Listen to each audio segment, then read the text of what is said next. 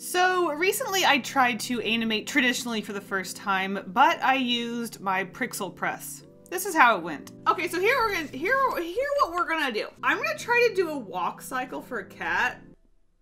I would probably, just for the sake of space, it would probably have to do the most simple one. Oh, this is gonna be goofy, but you know what? I'm like here for the goofiness. Come see my chat. Gigi, come see my chat. Okay, or don't. Whatever, cheese. Oh, this is perfect. Oh, the only thing is like, oh, this is hard. Okay, I gotta think about this. Onion frames in real life. My boy, they massacred my boy. All right, well, I have to scan all of them. So please hold. This is how closely I printed them to the center of the page. 3, 2, 1. The tail like is crazy, actually. Anyway, we did art. Look at that. They said we couldn't do art and we did art.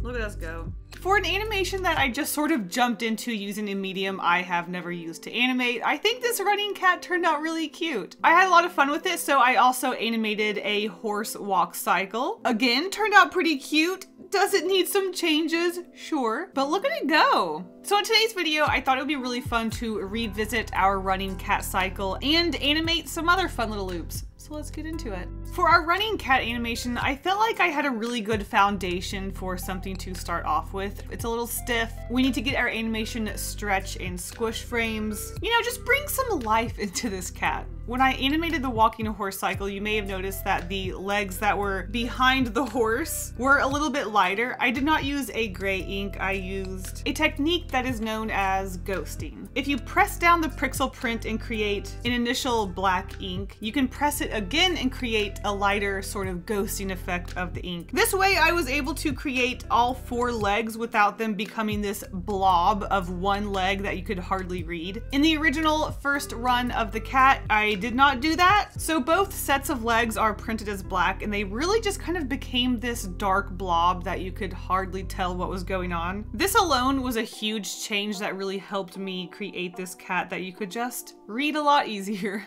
I absolutely love the Pixel. Something I really love about it is the restrictive shapes that you have to work around with and almost like problem solve your way to get the shapes and the look that you want. And because I had this base of a running cat that I was already working off of, it was really easy for me to just take some of the shapes that were just a little bit awkward or didn't look quite right and put them into a shape that more resembled an actual running cat. I used that as my base to work off of and used a reference of a cat running to more accurately capture the shapes of the cat. I also wanted the cat to bounce up and down and have a bit of a head bob movement because when an animal is running, it isn't completely stiff. Like I said, I wanted to get that stretch and squish animation going. And because the Pixel is based off of, in a way, pixels, you have to move each set one whole pixel at a time. You can't do small movements that you would actually do with animation. So it's not quite as smooth as I would want it to be, but I think the end result is really good. You might notice also the numbers bouncing around. I did a really bad job lining up the cat when it bounces, so I did have to do some digital rearranging of the frames. However, I think this new and improved cat running animation is such an improvement from our first one. As a reminder, here is my first attempt. The animation before I added our little bump up, and the final version where the cat goes up a little bit in air. I think it turned out really good. Our new and improved cat running animation.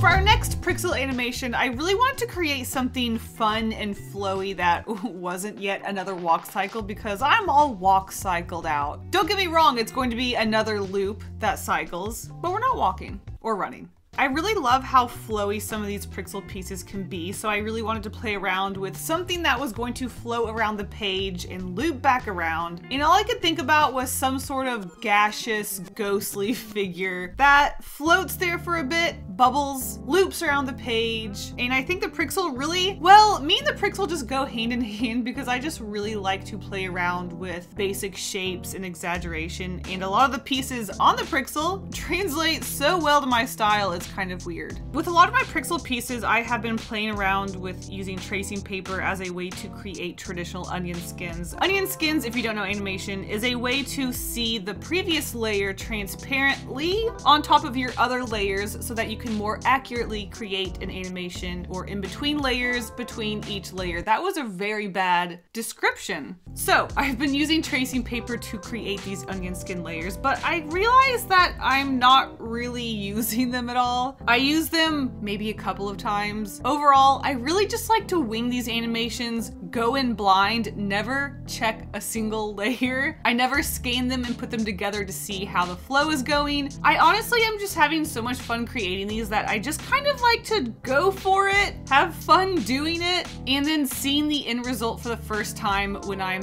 absolutely finished with it. Is it the best way to go about animation? No, but I'm just doing this for fun. I'm having fun, and the surprise of seeing what it looks like at the very end is a lot of fun. Now, when I work with my digital animations, I'm definitely checking the flow and doing sketches, and I work a lot differently, but because this is traditional and I'm not trying to make the next full-length animated movie, we're just making fun little loops, so we're just gonna have fun with it.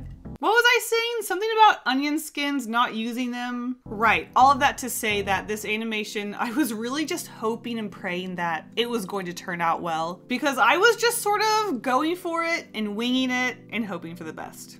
I wanted to make sure our little gaseous cat character was really light and bubbly. So as it traveled throughout the page, I wanted to break up chunks, make them poof away, make it look light, stretch our gas character, shrink them up, poof them here, poof them there. And honestly, I just had a lot of fun creating this really flowy illustration using the pieces that came with the Prixel. With our walk cycles, I really wanted to focus on making it accurate to an animal walking or running. And this time I just wanted to break loose, have fun with it, get flowy, and I think this illustration was really successful. I was quite nervous to see the end result because I was feeling a little worried about some of my decisions. And one of the harder things when it comes to animating traditionally is that if you want to make a change to a frame, you have to redo the entire frame, so that can be really frustrating. Thankfully, with the Prixel, you can see exactly how you created each frame, so it's very easy to recreate them. So although I really jumped into these quite blind,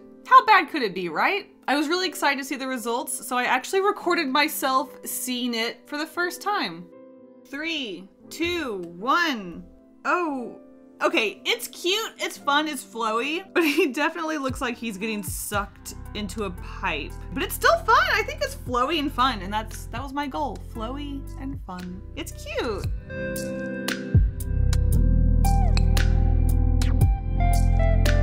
Moving on to our third and final illustration, I wanted to create something that wasn't just a character flowing or running around the page. I really like to create these sort of in-framed illustrations when it comes to printmaking. I don't know why, I just think it's fun. I also really like to do that with my watercolor art, create a round frame where the art is framed. It's cute. So I created this square rounded corner frame and created a space scene inside of it. At first I was thinking maybe I can have like a rotating planet with a ring on it, or maybe a shooting star going through space. But no. Let's put a worm floating in space doing like an infinity sign, just kind of floating in space. That makes sense, right? My first concern with this piece was that when I do really large blocks of print with the Prixel, I do find that it is kind of hard to get a nice solid block of print with it. And sure enough, it was a little bit spotty.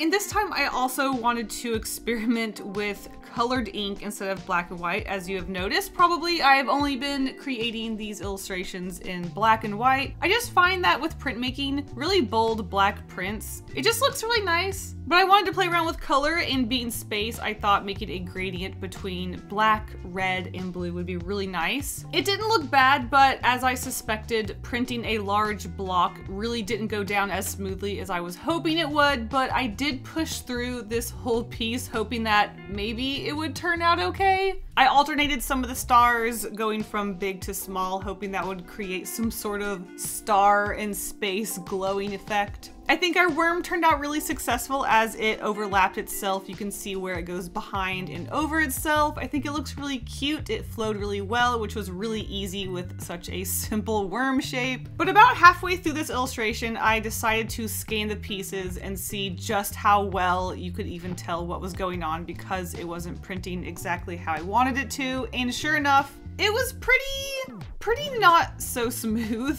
So at this point, I decided instead of completely throwing this all away, I would do something that I've been wanting to do with my Prixel pieces for a while now, and that is to incorporate ink drawing. So I went ahead and printed all 10 frames of these colored space pieces. And to add definition and texture and really make sure that you can see what is going on, I completely colored the piece sort of in black ink. Because I did add color to this piece, I thought it would be really cute if I scribbled black and you could see just a little bit of a hint of the color behind the black. And yeah, you can see quite the hint of color. Maybe I went a little overkill with the ink, but I think this was a really interesting and different way to approach animating with the Prixel while including ink. So this isn't my favorite piece, but it was really fun and interesting to try something new. Sometimes you have to make a failure to learn to never do it again. And that's our final animated Prixel piece. Look at him go.